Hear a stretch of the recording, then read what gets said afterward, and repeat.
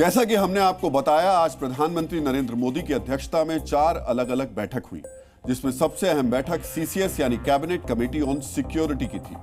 पहलगाम हमले का बाद एक हफ्ते में लगातार ये दूसरी सीसीएस की बैठक है। आज सरकार ने राष्ट्रीय सुरक्षा सलाहकार बोर्ड यानी एनएसएबी का नए सिरे से गठन किया। इस कमेटी में कुल 7 सदस्य होंगे।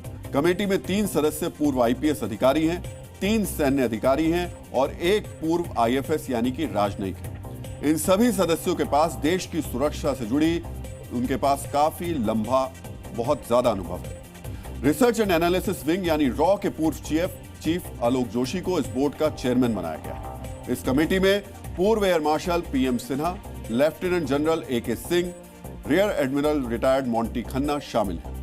पीएम सिन्हा वायुसेना से, एके सिंह थल सेना से और मोंटी खन्ना नौसेना से जुड़े रहे हैं। इस कमेटी में 2 पूर्व आईपीएस अधिकारी राजीव रंजन वर्मा और मनमोहन सिंह को भी शामिल किया गया है। इसके अलावा इस कमेटी में बी वेंकटेश वर्मा को भी शामिल किया गया है, जो भारतीय विदेश सेवा के रिटायर्ड अधिकारी हैं। कूटनीति और अंतर्राष्ट्रीय संबंधों में इनकी बेहद मजबूत पकड़ है।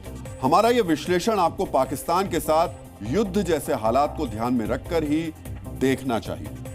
देखिए, आपके लिए सीडीएस, सीसीएस या एनएसए ये कोई नया टर्म नहीं होगा। एनएसए सुनकर आपके दिमाग में एक ही नाम चलेगा, एक ही तस्वीर घूमेगी, अजीत डोभाल की। डोभाल इस समय देश के एनएसए हैं, लेकिन एनएसएबी यानी राष्ट्रीय सुरक्षा सलाहकार बोर्ड, इसकी चर्चा ना के बराबर होती है। तो फिर आज अचानक ऐसा क्या हो गया कि ये बोर्ड चर्चा में आ गया? आखिर एनएसएबी को फिर से गठन करने की जरूरत आज ही क्यों पड़ी? इसे समझने के लिए आज आपको हमारे साथ इतिहास में लौटना होगा। पहली बार एनएसएबी का गठन 1998 में अटल बिहारी वाजपेयी सरकार के दौरान किया गया था। देश के पहले एनएसए ब्रजेश मिश्रा के प्रयास से इस बोर्ड का गठन किया गया। स्वर्गीय के सुब्रमण्यम इस बोर्ड के पहले अध्यक्ष थे। इस कमेटी का लक्ष्य बड़ा है। इसका लक्ष्य है राष्ट्रीय सुरक्षा नीतियों को बनाना और तैयार करना। एनएसएबी ने अब तक कई बड़े मौके पर भारत सरकार के लिए कई अहम रिपोर्ट तैयार की है, जैसे 2001 में परमाणु सिद्धांत का मसौदा तैयार करना, 2002 में भारत की रणनीतिक रक्षा की समीक्षा करना और 2007 में राष्ट्रीय सुरक्षा की समीक्षा करना। भारत और पाकिस्तान में बढ़ते तनाव के बीच अभी राष्ट्रीय सुरक्षा सलाहकार बोर्ड 2 तरीके से काम करेगा। पहला, छोटी अवधि के लिए रणनीति बनाएगा और दूसरा, लंबी अवधि के लिए कूटनीतिक और रक्षा रणनीति तैयार करेगा। मौजूदा परिस्थिति में अगर भारत और पाकिस्तान के बीच जंग होती है या कोई बड़ा एक्शन लिया जाता है, तो एनएसए सहित सरकार की अलग अलग सुरक्षा एजेंसियों पर काफी ज्यादा दबाव बढ़ेगा। उस दौरान ये बोर्ड प्रधानमंत्री से लेकर सभी बड़ी सुरक्षा एजेंसियों के बीच एक पुल की तरह काम करेगा। इस बार जो बोर्ड बनाया गया है, उसकी संरचना थोड़ी अलग है और यह माना जा रहा है कि आने वाले दिनों में यह कमेटी कुछ बड़ी सिफारिशें कर सकती है। इस बार यह कमेटी कितनी ताकतवर होगी और अलग होगी, इसे समझने के लिए आपको एनएसएबी के 7 नए योद्धाओं की ताकत के बारे में जानना बेहद जरूरी है। इसमें सबसे पहला नाम रिसर्च एंड एनालिसिस विंग यानी रॉ के पूर्व चीफ आलोक जोशी का आता है, जो इस कमेटी के चेयरमैन हैं। आलोक जोशी हरियाणा कैडर के आईपीएस अधिकारी रहे। 2012 में आलोक जोशी रॉ में शामिल हुए। इस दौरान वो लंबे समय तक विदेश में भी रहे। पाकिस्तान और नेपाल को लेकर उन्होंने विशेष काम किया है। मौजूदा समय में पाकिस्तान के साथ साथ नेपाल के रास्ते से भी देश में कई देश विरोधी गतिविधियां हो रही हैं। 2012 में तत्कालीन मनमोहन सिंह की सरकार ने आलोक जोशी को रॉ प्रमुख बनाया था। रॉ से रिटायर होने के बाद 2014 में मोदी सरकार ने उन्हें नेशनल टेक्निकल रिसर्च ऑर्गेनाइजेशन यानी एनटीआरओ का चेयरमैन बनाया। एनटीआरओ चेयरमैन रहते हुए आलोक जोशी ने भारत के ड्रोन और साइबर सिक्योरिटी के क्षेत्र में कई महत्वपूर्ण काम किए। 2021 में जब सुप्रीम कोर्ट ने पेगासस जांच कमेटी बनाई थी, तो आलोक जोशी भी इस कमेटी के सदस्य थे। इस कमेटी के दूसरे सदस्य हैं वेस्टर्न एयर कमांडर के पूर्व एयर मार्शल पंकज मोहन सिन्हा। पूर्व एयर मार्शल पंकज मोहन सिन्हा के पास 4500 घंटे से अधिक की उड़ान भरने का अनुभव है। पिछले साल ही वो रिटायर्ड हुए हैं।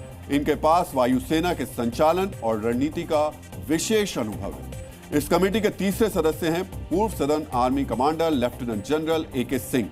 सैन्य रणनीति और संचालन में इनके पास काफी लंबा अनुभव है। इनके पास देश के कुछ बड़े युद्धाभ्यासों जैसे 2010 में योद्धा शक्ति और 2011 में सुदर्शन शक्ति अभ्यास की योजना बनाने और उन्हें अंजाम देने का तजुर्बा है। मतलब युद्ध होने पर सरकार को ग्राउंड जीरो पर इनका तजुर्बा काफी काम आ सकता है। लेफ्टिनेंट जनरल ए के सिंह अंडमान और निकोबार द्वीप समूह के 11वें उपराज्यपाल के रूप में भी काम कर चुके हैं। इस कमेटी के चौथे सदस्य हैं rear admiral retired Monty Khanna. Monty Khanna के पास समुद्री सुरक्षा और रणनीति का गहरा अनुभव है। ऑपरेशन पराक्रम के दौरान उन्होंने कई अहम जिम्मेदारियां निभाई थी। इसके अलावा इस कमेटी में 2 पूर्व आईपीएस और 1 आईएफएस भी शामिल है। नेताजी सुभाष चंद्र बोस कहते थे, याद रखिए सबसे बड़ा अपराध अन्याय सहना और गलत के साथ समझौता करना है। इस बार भारत पाकिस्तान के साथ समझौते तोड़ रहा है और बदले के लिए तैयार है। हम भी आपसे ये पूछ रहे हैं कि पाकिस्तान से कैसा बदला लेना चाहिए। आप जी न्यूज के यूट्यूब, एक्स और इंस्टाग्राम पेज पर जाकर अपना जवाब दे सकते हैं। हम आपका जवाब डीएनए के आखिर में पूरे देश को बताएंगे। वैसे भारत के 140 करोड़ लोगों में से ज्यादातर मानते हैं कि भारतीय सेना इस समय पाकिस्तान से पीओके छीनकर अपना बदला ले सकती है। भारतीयों का यह दृढ़ विश्वास देखकर सीमा पर बैठी सरकार और सीमा पार जो बैठी हुई सरकार है पाकिस्तान की और जो पाकिस्तान की सेना है, दोनों की नींद और चैन गायब हो गया है। प्रधानमंत्री मोदी ने पहले ही सेना को कल्पना से बड़ी सजा देने की खुली छूट दे दी है। यानी हमला कब और कैसे होगा ये भारतीय सेना को पता है, लेकिन पाकिस्तान दावा कर रहा है कि उसको अटैक के बारे में पहले से ही पता चल गया है। पाकिस्तानी आर्मी के जनरलों के फैसले और शहबाज शरीफ के मिनिस्टर भी सट्टा बाजार के सटोरियों की तरह अब अनुमान लगा रहे हैं।